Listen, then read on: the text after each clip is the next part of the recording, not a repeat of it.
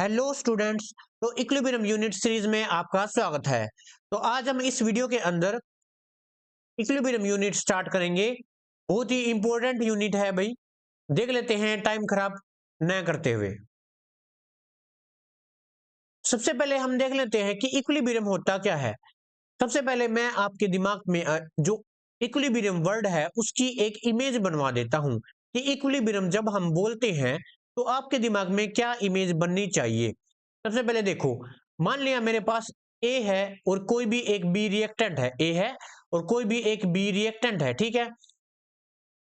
अब मान लिया जो ये रिएक्शन है ये एक रिवर्सिबल रिएक्शन है, कहने का मतलब ए और बी आपस में रिएक्ट करेंगे और क्या बनाएंगे, सी प्लस डी बनाएंगे, ठीक है, सी प्लस डी बनाएंगे।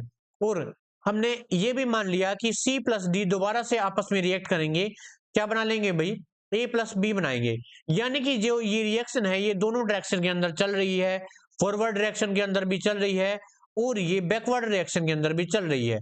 ये हमारे पास इक्विलिब्रियम का साइन होता है, ठीक है। दोनों तरफ एरो है, हाफ हेडेड एरो है, इनको बोला जाता है। अब ध्यान से समझना,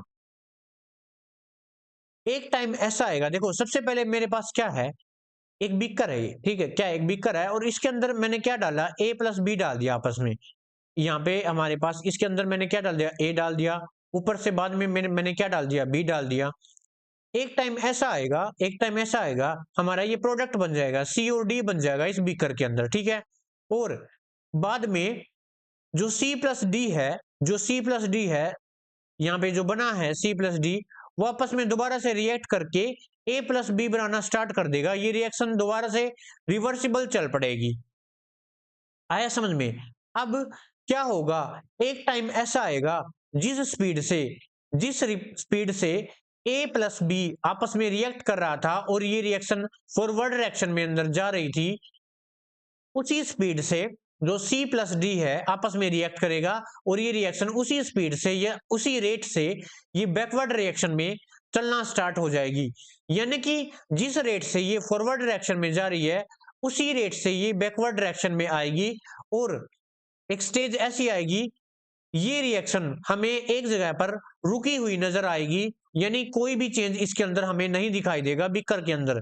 लेकिन ध्यान रखना ये रिएक्शन रुकी नहीं है, सिर्फ जिस रेट से ए प्लस बी आपस में रिएक्ट कर रहा था वो उसी रेट से सी प्लस डी आपस में रिएक्ट करके बैकवर्ड रिएक्शन में चल रहा है। सिर्फ क्या हो गया है, जो रेट ऑफ फॉरवर्ड और जो रेट ऑफ बैकवर्ड है ये दोनों बराबर हो गई हैं, लेकिन कोई भी इस रिएक्शन के अंदर कोई भी चेंज नहीं नजर आएगा। हमें ये रिएक्शन हमें एक जगह पे रुकी हुई नजर आएगी। तो इस स्टेट को जब रेट ऑफ फॉरवर्ड और रेट ऑफ बैकवर्ड किसी भी केमिकल रिएक्शन के अंदर बराबर हो जाए, उस कंडीशन को, उस स्टेज को हम क्या कहते हैं, इक्विलिब्रियम कहते हैं, ठीक है। आई होप आपको ये समझ में आ गया होगा कि जो इक्विलिब्रियम है वो एक स्टेट होती है, ठीक है। आई होप आपको यहां तक इक्विलिब्रियम के बारे में क्लियर हुआ होगा। चलिए अब इक्विलिब्रियम की डेफिनेशन पर आते हैं। The concept of equilibrium is applicable for both physical and chemical process. देखो भाई, जो इक्विलिब्रियम का जो प्रोसेस है ना, इक्विलिब्रियम का जो कॉन्सेप्ट है वो दोनों प्रोसेस के ऊपर लगता है, फिजिकल प्रोसेसेस के ऊपर भी और केमिकल प्रोसेसेस के ऊपर भी। केमिकल प्रोसेस के अंदर कैसे, जैसे अभी हमने ये देखा था किसी भी केमिकल रिएक्शन के अंदर। और फिजिकल प्रोसेस के अंदर कैसे, जैसे हम अपनी डेली लाइफ के अंदर देखते हैं बहुत सारे एग्जाम्पल। फॉर एग्जाम्पल जैसे एक और एग्जाम्पल लेते हैं हम, मान लिया ये कोई भी एक बीकर है और इसके अंदर हमारे पास क्या है, आइस है। ये हमारे पास कोई भी एक आइस का टुकड़ा है, ठीक है, और इसके अंदर हमारे पास क्या है, वाटर है। अब क्या होगा, और इस बीकर का जो टेम्परेचर है वो हमने क्या लिया, 0 डिग्री सेल्सियस ले लिया। यानी कि हमने क्या ले लिया है, जो आइस है उसका मेल्टिंग पॉइंट ले लिया है और वाटर का फ्रीजिंग पॉइंट ले लिया है। अब आइस क्या करेगा, आइस वाटर के अंदर कन्वर्ट होना चाहेगा, लेकिन वाटर क्या कन्वर्ट होना चाहेगा, आइस के अंदर कन्वर्ट होना चाहेगा। तो एक कंडीशन ऐसी आएगी, कैसी आएगी, जिस स्पीड से आइस वाटर के अंदर कन्वर्ट हो रहा है उसी स्पीड से जो वाटर है वो आइस बनेगा और हमें कोई भी चेंज होता हुआ दिखाई नहीं देगा। ठीक है, तो ये हमारे पास एक एग्जांपल था फिजिकल प्रोसेसेस ऑफ इक्विलिब्रियम का। तो आई होप आपको पता चल गया होगा कि जो इक्विलिब्रियम है वो क्या है, उस वर्ड का क्या मतलब है। वो एक स्टेट होती है किसी भी केमिकल रिएक्शन और प्रोसेस की। ठीक है, at equilibrium the chemical reaction does not stop. Equilibrium के अंदर जो कि कोई भी केमिकल रिएक्शन है या फिर फिजिकल प्रोसेस है वो स्टॉप नहीं होती है। बस क्या हो जाता है, वो जो फॉरवर्ड एज वेल एज जो बैकवर्ड होता है रिएक्शन है वो सेम टाइम के अंदर चलने लगती है। ठीक है, सेम रेट से। It is the state of a system और process at which concentration of all the species, यानी कि हमारे पास किसी भी सॉल्यूशन के अंदर जितने भी स्पीसीज प्रेजेंट है उन सभी की जो कंसेंट्रेशन है वो कांस्टेंट हो जाती है, वो चेंज नहीं हो जाती। ठीक है, अब सबसे पहले हम पढ़ेंगे इक्विलिब्रियम इन फिजिकल प्रोसेसेस। ठीक है, तो देख लेते हैं। अब फिजिकल में हमारे पास तीन ही चीज होंगी। हमें पता है जो फिजिकल प्रोसेस के अंदर किसी भी सब्सटेंस के तीन स्टेट होते हैं। कौन कौन से? एक तो होता है हमारे पास सॉलिड, लिक्विड और गैस। ठीक है, इन्हीं के बीच में हमारे पास क्या होगा, इक्विलिब्रियम होगा। तो सबसे पहला हमारे पास है सॉलिड लिक्विड इक्विलिब्रियम, सेकंड हमारे पास लिक्विड गैस इक्विलिब्रियम और थर्ड हमारे पास सॉलिड गैस इक्विलिब्रियम। जैसा कि नाम है उसी के अकॉर्डिंग है ये। चलो देखते हैं भाई। सबसे पहले हम एक बार ये देख लेते हैं कि जो ऊपर ऊपर से कि इक्विलिब्रियम की जो टाइप्स है वो कितने होते हैं। हमारे पास इक्विलिब्रियम के चार टाइप होते हैं। वैसे तो बहुत सारे होते हैं लेकिन बेसिकली हम यहाँ पर इक्विलिब्रियम के चार टाइप करेंगे। देखो, मैकेनिकल इक्विलिब्रियम, थर्मल इक्विलिब्रियम और केमिकल इक्विलिब्रियम और आयोनिक इक्विलिब्रियम। सबसे पहले थर्मल के अंदर होता है टेम्परेचर। थर्मल का मतलब ही हमारे पास क्या होता है भाई, टेम्परेचर। यानी ऐसा इक्विलिब्रियम जिसके अंदर टेम्परेचर कांस्टेंट रहे, उस इक्विलिब्रियम को हम क्या कहते हैं, ऐसी प्रोसेस जिसके अंदर क्या रहे, टेम्परेचर कांस्टेंट हो जाए, उसको क्या कहते हैं, थर्मल इक्विलिब्रियम। और केमिकल इक्विलिब्रियम जो कि केमिकल रिएक्शन के अंदर हो, जैसे हमने एग्जांपल के अंदर किया था। आयोनिक इक्विलिब्रियम कौन सा होता है, जो आयंस के अंदर चले। ठीक है, यानी आयोनिक कंपाउंड्स के अंदर हो। और स्टेटिक, जैसा कि नाम है, एक जगह पर रुका हुआ ऐसा इक्विलिब्रियम जिसके अंदर पार्टिकल की जो मूवमेंट है वो चेंज नहीं होती है, वो एक ही जगह पर रहती है। यानी पार्टिकल हमारे स्टेटिक पोजीशन के अंदर रहेंगे, वो मूव नहीं करेंगे। और on the other hand dynamic, जिस टाइप से इसका नाम है, डायनेमिक्स का मतलब होता है इन मोशन, मोशन के अंदर। ठीक है, तो इस इक्विलिब्रियम के अंदर क्या होगा, हमारे पास जो पार्टिकल है किसी भी केमिकल प्रोसेस या फिजिकल प्रोसेस के, वो मोशन के अंदर रहेंगे। लेकिन यहाँ पर हमारे पास क्या रहेंगे, रेस्ट के अंदर रहेंगे, यहाँ पर मोशन के अंदर रहेंगे। ठीक है, तो ये था हमारे पास, ऊपर ऊपर से बता दिया गया है कि इक्विलिब्रियम के टाइप्स कौन से होते हैं। ठीक है, अब हम देख रहे थे कि सॉलिड लिक्विड इक्विलिब्रियम क्या होता है। जैसा कि बताया गया था वैसा ही है, देखो ध्यान से।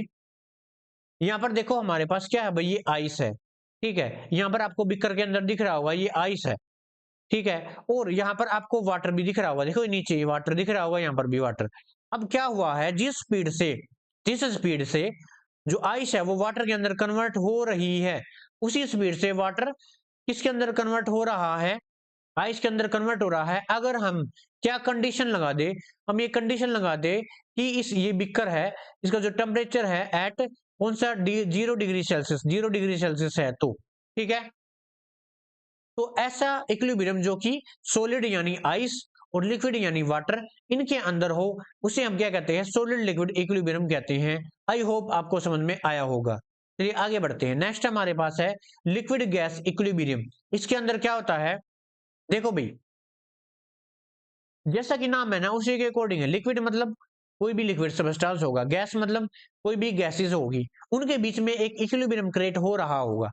ठीक है, उसको हम क्या कहते हैं, लिक्विड गैस इक्विलिब्रियम कहते हैं। अब यहाँ पर देखो, आपको ये दिख रहा है, ये स्क्रीन पर देख पा रहे हैं आप, ये इसको बोलते हैं मैनोमीटर। क्या बोला जाता है भाई, मैनोमीटर बोलते हैं।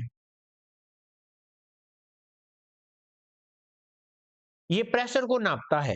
अब देखो ध्यान से, यहाँ पर हम कैसे काम करेंगे। यहाँ पर मान लिया मेरे पास ये लिक्विड है, ये एक मेरे पास बाउल है या कंटेनर है, इसके अंदर मेरे पास लिक्विड है, और नीचे से हम यहाँ पर क्या कर रहे हैं, इसको हीट कर रहे हैं। नीचे से हमने एक बर्नर लगा दिया और यहाँ पर हम इसको हीट कर रहे हैं यहाँ पर। ठीक है, अब क्या होगा, अब लिक्विड क्या बनाएगा, वेपर बनाएगा, और वो वेपर क्या कहां पर जाएंगे, ऊपर की तरफ जाएंगे, और यहाँ से होते हुए यहाँ पर जाएंगे, और यहाँ पर हमारे पास एक ऐसा लिक्विड है जो कि नॉन कंप्रेसिबल है, यानी हम उसको कंप्रेस नहीं कर सकते। फॉर एग्जाम्पल यहाँ पर हमारे पास मरकरी है, ठीक है, मरकरी मेटल है, यहाँ पर मरकरी मेटल भरा हुआ है, इनको बोला जाता है लिम्स,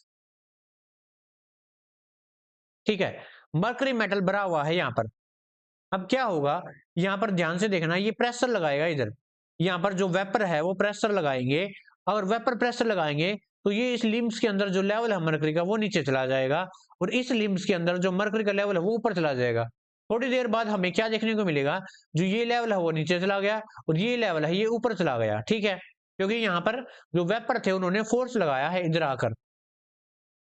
लेकिन कुछ टाइम बाद ऐसा होगा, जो ये लेवल है मरकरी का एक ही जगह पर स्टॉप हो जाएगा, इधर ही, वो ना ही तो ऊपर जाएगा, वो ना ही नीचे आएगा, यहाँ पर भी वो ना ही तो ऊपर जाएगा ना ही नीचे आएगा। ऐसा क्यों हो जाता है, क्योंकि ये एक इक्विलिब्रियम कंडीशन आ गई है।